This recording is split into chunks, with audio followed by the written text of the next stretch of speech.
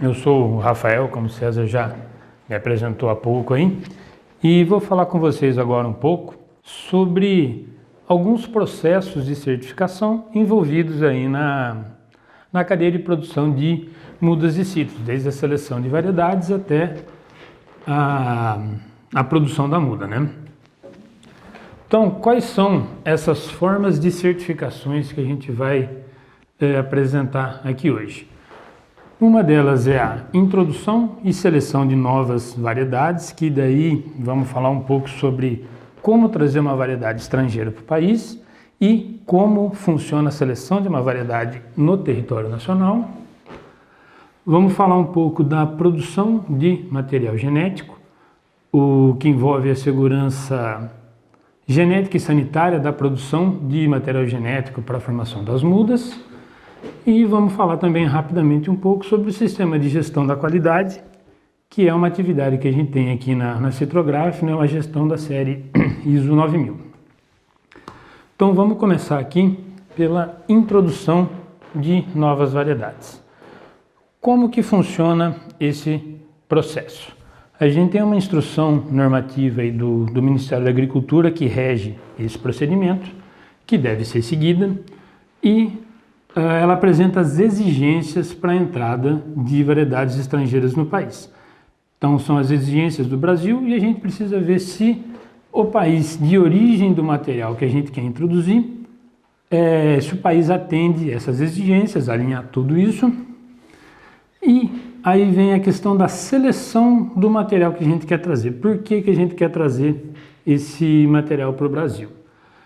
Então a gente tem que se preocupar muito com a segurança genética, ou seja, é interessante visitar onde esse material está lá fora, conhecer o material, ver esse material, entender como que ele é mantido, se ele está protegido, se ele está muito bem identificado, a segurança fitossanitária desse material, como que ele é mantido, né, novamente falo, protegido de doenças, e as características da região de origem, que é uma coisa muito importante. Esse material, quando ele é oriundo de uma região, de um país com um clima semelhante ao nosso, as chances de sucesso na introdução é muito grande, as chances são muito grandes. E sempre pensar que a gente precisa fazer um bom trabalho quando esse material chega aqui, para ver o comportamento dele no nosso clima, porque por mais que seja parecido, podem haver outras interações com doenças, com outros fatores que a gente tem por aqui. Então, esse material ele vai vir necessariamente via uma estação quarentenária. Existem estações de órgãos públicos, estações particulares, mas necessariamente ele vai passar por essa estação quarentenária, onde o material, ao chegar no Brasil, ele é vistoriado, fiscalizado pelo MAPA, vai direto para essa estação. O importador, né, não tem acesso a esse material antes do MAPA e da estação quarentenária. Lá ele passa por uma primeira inspeção para ver a olho nu ali se não veio algum inseto, algum ácaro, alguma coisa nesse material. E depois ele passa sim pelo processo de enxertia. No caso de citros a gente importa normalmente uma borbulha, né, quando a gente pensa numa variedade de copa. E depois que esse material se desenvolve, ali vai ser feita uma análise para a presença de vírus, viróides, bactérias, etc., para garantir que a gente não está trazendo uma nova doença para o Brasil junto com esse material. Aqui a importância desse processo ser sempre seguido à risca. Essa história que a gente ouve falar, trouxe uma borbulha, fui para fora, trouxe um negocinho ali escondido, isso é um risco assim absurdo para a citricultura do Brasil. A gente pensa que está fazendo alguma coisa interessante, mas na verdade está pondo em risco não só o nosso negócio, como o negócio do país, né? Então é muito importante esse processo. Após sair da estação quarentenária, com todas essas análises negativas, a gente sabe que o material é livre de qualquer doença. Esse material aí sim vem na mão do importador. Esse processo leva alguns meses, ele é um pouco longo, porque tem todo esse processo de enxertia, formação de muda, análise, para daí esse material ser liberado. E daí a gente tem a introdução com sucesso no Brasil, e esse material necessariamente deve ir para um ambiente protegido para garantir a sua sanidade. Então, algumas imagens aí de materiais que a gente já recebeu em alguns processos de importação, aí, seja da Citrograf, seja da RBC. E agora vamos falar um pouquinho de uma seleção de uma variedade local, uma seleção de uma variedade aqui dentro do Brasil. Então, o início de tudo é a identificação desse novo material. Pode ocorrer uma mutação espontânea num talhão de uma variedade conhecida. Você tem um talhão de uma laranja-pera, de uma poncã, e pode ocorrer uma mutação ali, e isso pode ser identificado visualmente, isso vai chamar atenção, e as principais características que a gente pode observar são época de maturação do fruto, que seria uma mudança muito interessante para a introdução de uma nova variedade, padrão de fruto, um fruto um pouco maior, uma casca diferente, uma casca mais lisa, mais fácil de descascar, alguma coisa que torne o fruto mais interessante, a ausência de sementes. Produtividade pode ser avaliada um pouco mais complicado, mas pode ser um fator aí que chame a atenção, como foi feito alguns processos de seleção de material das Sete Lagoas, onde você dentro de um talhão com uma produtividade conhecida, você identifica plantas mais produtivas e dessas plantas mais produtivas você faz uma multiplicação e muitas vezes você consegue estabelecer a mesma variedade, porém com uma produtividade maior sob o mesmo manejo que você sempre teve. Então também é uma forma de fazer uma seleção a campo.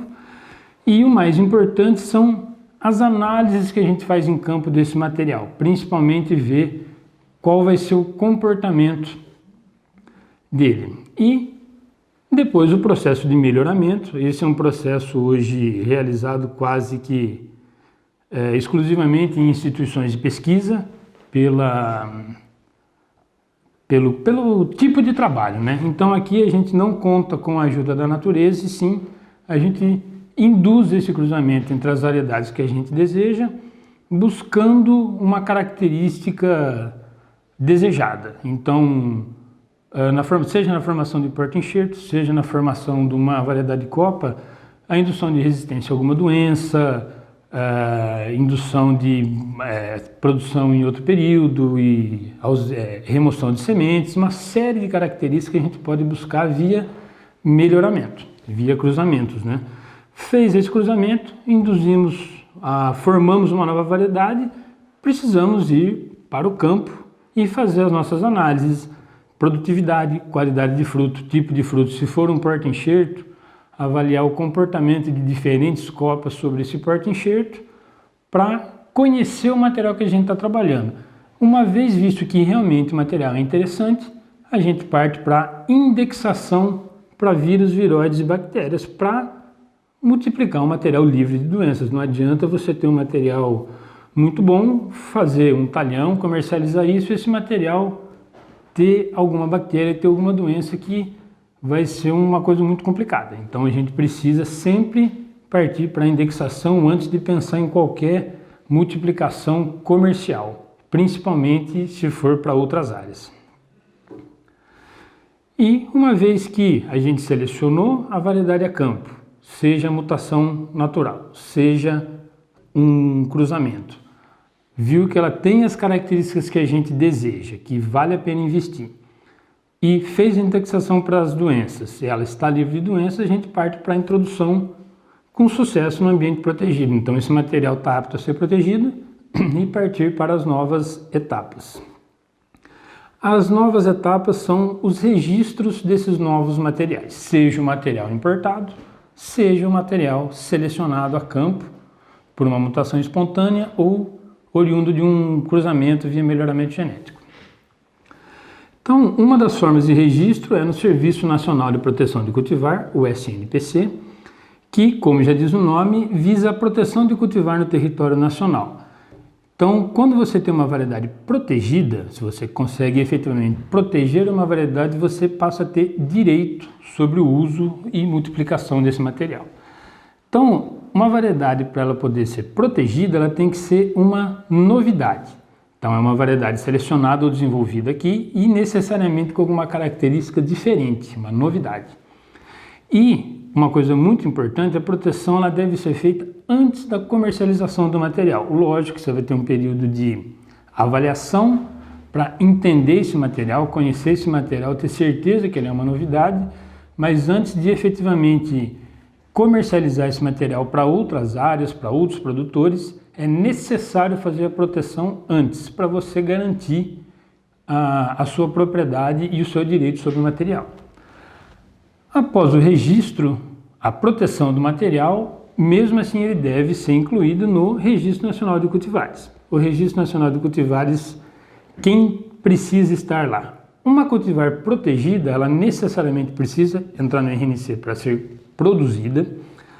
Uma cultivar importada, eu não consigo protegê-la no Brasil, mas eu preciso incluir no RNC para poder produzir, fazer uma planta básica e multiplicar. E uma cultivar selecionada no Brasil, mas que já está amplamente distribuída, uma variedade de laranja que eu tenho na minha propriedade, meu vizinho tem, outras pessoas já produzem, mas que eu vou lá, identifico, faço a correta seleção desse material, faço a indexação, eu não consigo proteger, mas eu preciso colocar no RNC para poder comercializar. Então vamos falar aqui agora de um caso de seleção de um material aí oriundo de mutação espontânea e que foi submetido ao processo de proteção de cultivares, que é um material aí que o César já falou dele, né, a tangerina RBC 02 ou a Poncan Gold RBC, como é o nome comercial dela, que é um material que hoje ele está protegido no SNPC. A gente tem a proteção desse material desde 2019, estamos aí na fase já de planta básica, plantas matrizes e formação de mudas. A proteção foi feita antes do início da comercialização. Então, como que foi o trabalho realizado com a Poncan Gold RBC? Foi uma variedade, como eu já disse, selecionada a campo. Foi uma mutação espontânea observada num talhão de Poncan. E qual que foi o que chamou a atenção na Poncan Gold foi justamente o período de maturação dos frutos. Como a gente pode ver na mesa aqui, a gente tem a Poncan comum, que está totalmente madura, já está no mercado, e a Poncan Gold, que a gente vai ter esse material no mercado a partir de setembro, podendo ser colhida até novembro. Então, a gente vê aqui uma diferença muito grande no que diz respeito à época de maturação desses frutos. E isso chamou muito a atenção. A gente viu os melhoristas, né, aqui no caso o Carlos De Witt e o César, viram uma chance muito grande desse material ter valor e resolveram investir nele. Primeiro passo. Foi tirado esse material, foi feita a indexação para doenças, para a gente começar a trabalhar esse material livre de doenças. Senão, você leva ele no campo, ele expressa uma característica, aí você faz a limpeza varietal, aquela característica, por algum motivo, era induzida por uma bactéria, por um vírus. Então, primeiro passo, identificou indexação varietal, limpeza de toda e qualquer doença, confirmar que essa planta é livre de doença. Aí você pode partir para os testes de campo e já partir para o registro, para a proteção desse material. No nosso caso aqui, que foi o interesse de proteção, né? Fizemos a proteção dela no SNPC, fizemos a inclusão no RNC e a introdução no ambiente protegido. Então esse material hoje é protegido, está registrado para produção no Brasil e está entrando agora na sua fase comercial. Então, a avaliação preliminar desse material que é em local controlado, ela já está acontecendo há muitos anos. Como que a gente precisa avaliar esse material no campo? A primeira coisa é analisar essas características que chamaram a atenção. No caso da Poncan Gold, a época de maturação, se ela se mantém no campo, se ela se mantém ao longo dos anos, ou se não é uma ocorrência induzida pelo clima daquele ano, alguma coisa desse tipo. Então você realmente precisa avaliar isso por alguns anos. Então um ensaio de campo de no mínimo 4 ou 5 anos para a gente ter certeza disso. A Pon-Kan Gold já tem um período maior do que isso, por isso que ela já foi solicitada a proteção, já está entrando na fase comercial. E com esse ensaio de campo, a gente consegue gerar o relatório de DHE para solicitar a proteção da cultivar. O que é o DHE? É um relatório onde você coloca o descritivo das diferenças dessa variedade, que é o que torna ela diferente de outras variedades de tangerina, principalmente a variedade que deu origem a ela, que foi uma Pon-Kan. E essa diferença é a época de produção, então a gente precisa garantir que essa diferença se mantém. A gente avalia o H, que é a homogeneidade. Multipliquei esse material, fiz 1000 plantas. Metade produz de forma tardia, metade não. Isso não é interessante, isso não pode acontecer. Então a gente tem que garantir que tudo que eu multiplicar desse material necessariamente vai ter a mesma característica buscada. Nesse caso, a época de maturação tardia e a estabilidade, que também é muito importante se ela vai manter isso por todo o ciclo de produção. Se ela dá uma ou duas safras tardias, depois começa a produzir junto com a Pon-Kan comum, ela deixa de ser interessante. Então, a gente precisa garantir que as diferenças, a homogeneidade e a estabilidade sejam sempre mantidas. Ela é a base para me solicitar proteção e devem sempre ser mantidas. E são esses 3 fatores que comprovam e confirmam que eu tenho uma novidade para o mercado, efetivamente uma nova cultivar. E com isso provado e apresentado ao SNPC, a gente recebe o certificado de proteção dessa variedade. A partir daí tem o direito de explorá-la de forma exclusiva. Uma vez o material protegido no SNPC, inscrito no RNC, a gente parte para a parte comercial, que é primeiro a inscrição da ou das plantas básicas selecionadas. Dessas plantas básicas eu posso formar as plantas matrizes, já pensando num número maior de plantas, visando efetivamente a multiplicação e produção de mudas para levar essas mudas ao campo, comercializar essas mudas da nova cultivar. E agora um pouco dos direitos do detentor da cultivar protegida, que é uma coisa muito importante aqui. Partindo do princípio que eu investi, desenvolvi e protegi esse material, quais são os meus direitos? O detentor do material é quem pode produzir e comercializar o material da forma que ele julgar necessário. Então, uma vez a RBC sendo a detentora do material, ela vai comercializar isso para quem ela entender e pode fazer isso de mais do que uma forma.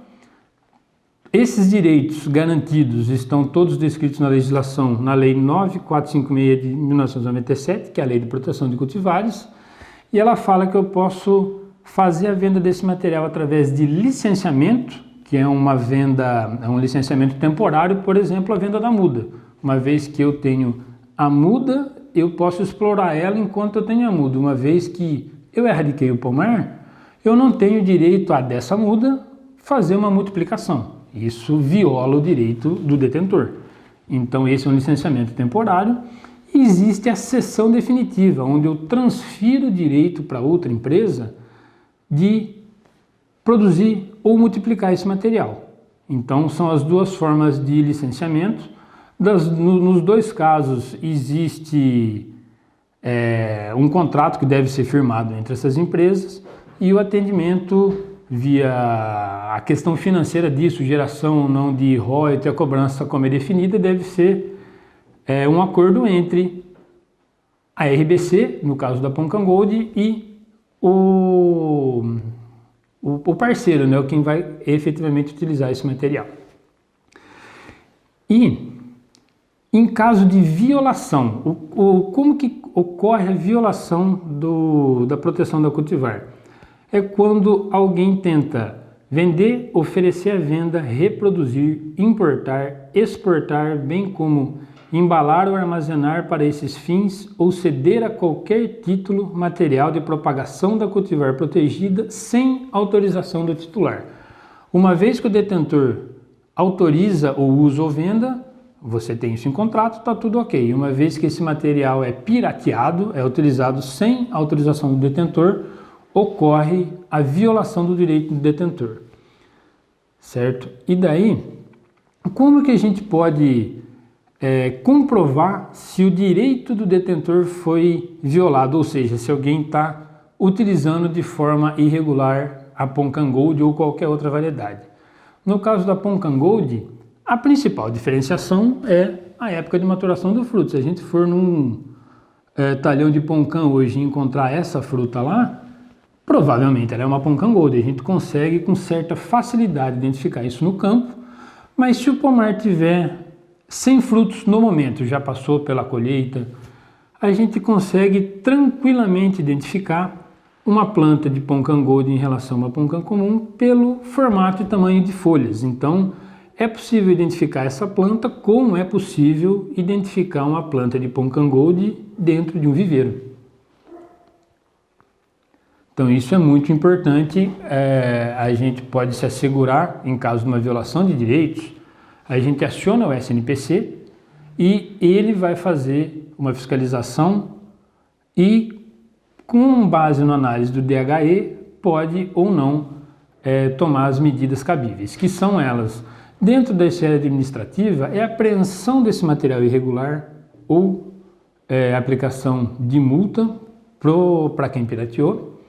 Na esfera civil, o obtentor pode pleitear uma indenização a quem pirateou esse material, e na esfera penal, se a coisa chegar até lá, a legislação, a Lei de Proteção de Cultivares prevê até a violação do direito do detentor como um crime que gera pena de detenção. E, terminando um pouco agora aí o assunto sobre a proteção e comercialização de plantas, vamos falar um pouco aí do registro desses materiais. Isso para qualquer planta. Como funciona hoje a certificação de material no Brasil? O primeiro passo é o registro de plantas básicas, se for protegida no SNPC, se não for protegida apenas no RNC, mas no caso das protegidas também no RNC, e seguir os procedimentos da legislação federal, que principalmente prevê a rastreabilidade, a origem do material, a comercialização, e a legislação estadual, que além da rastreabilidade, foca muito na questão fitossanitária. Para plantas matrizes, o mesmo caso, se uma planta matriz for protegida, você tem que ter autorização do detentor, caso você não seja o detentor, ela deve estar no RNC, e multiplicação em maior escala, visando a produção de mudas, e na legislação federal, o mesmo caso, principalmente a rastreabilidade e comercialização, e na legislação estadual, a rastreabilidade e a fitossanidade do material. Outras plantas, no caso de citros, que devem ser registradas são as fornecedoras de semente, os nossos porta-enxertos. Podemos ter cultivares também protegidas ou não, então SNPC ou RNC. Na legislação federal também a rastreabilidade e comercialização, na estadual a rastreabilidade e fitossanidade. E uma outra classificação de planta aqui que a gente tem é a planta sem origem genética comprovada. É uma planta que eu tenho no campo, que eu conheço, mas ela não tem origem comprovada. Então ela tem que estar no RNC, ou seja, que não entra um material protegido. Se alguém tentar pegar um material protegido, registrar como sem origem genética comprovada, o detentor tomar conhecimento, ele pode tomar uma atitude aqui e acionar o SNPC para analisar esse material. Então aqui visa principalmente material em campo, produção de semente, e a caracterização desse material hoje, sem origem genética comprovada, deve ser feita por um engenheiro agrônomo responsável técnico do produtor que pleiteia esse registro do material sem origem comprovada. E agora falar rapidamente aqui um pouquinho de como é que funciona essa questão do sistema de gestão da qualidade dentro da série de ISO 9000, no caso a Citrograf tem a ISO 9001-2015. Então, o que é a qualidade? No caso da gestão da qualidade, é o que você define que é o seu produto. O tipo de muda, o tipo de embalagem, então você define qual é o padrão de qualidade que você precisa para o seu produto. Uma vez isso definido, você vai definir os processos para chegar nesse material. Como é feita a irrigação, como é feita a enxertia, como é feito um enchimento de saquinho, no caso nosso de produção de mudas, né? Então você define os processos para chegar naquele produto desejado. E isso deve ser documentado na forma de procedimento operacional ou de instrução de trabalho, que são formas de um novo funcionário, uma pessoa que nunca teve acesso, lendo esse documento, uma instrução de trabalho, ele entende o básico de como é que funciona essa atividade e consegue executar essa atividade do modo desejado, né? Então a gente define os nossos padrões de qualidade, novamente os processos que geram o produto com a qualidade desejada, de acordo com os requisitos da empresa. Então quais são os requisitos da empresa em termos de embalagem, matéria-prima, esse tipo de coisa, os requisitos do cliente, que é uma coisa muito importante, e aqui a gente tem o controle de entradas e saídas, para mim ter a saída da minha muda, no padrão que eu quero, qual que é o substrato que eu preciso comprar, qual que é o saquinho que eu preciso comprar, o que o meu cliente quer para essa muda. Então eu tenho o controle do que eu preciso para produzir e da muda que eu vou entregar, no nosso caso é a saída. Então a empresa deve definir os seus objetivos e trabalhar em cima deles. Um dos grandes fatores hoje são exigências de mercado. Então, uma exigência de mercado, a Citrograf ou qualquer empresa deve estar apta a atender. E hoje, o nosso foco são novas variedades, porque é uma coisa que chama a atenção do cliente, é uma coisa que é interessante para a empresa e para o cliente as novas variedades. A rastreabilidade, que é a garantia genética ao nosso cliente, que o material que ele está comprando realmente é o que ele está levando, e a gente respeitar as legislações específicas do ramo, além da rastreabilidade genética, nos garante a fitossanidade da muda produzida e a qualidade efetivamente desejada pelo cliente.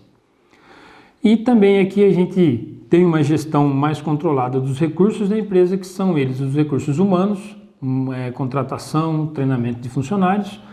Os equipamentos, então a gente acaba padronizando o equipamento que a gente usa, em vez de cada vez vou comprar uma faca de desbrota, cada vez eu compro num lugar, não, eu defino um equipamento, eu defino o que eu preciso usar e compro sempre igual, ou seja, nunca vai ter um trabalhador tendo uma surpresa com o equipamento que ele vai usar.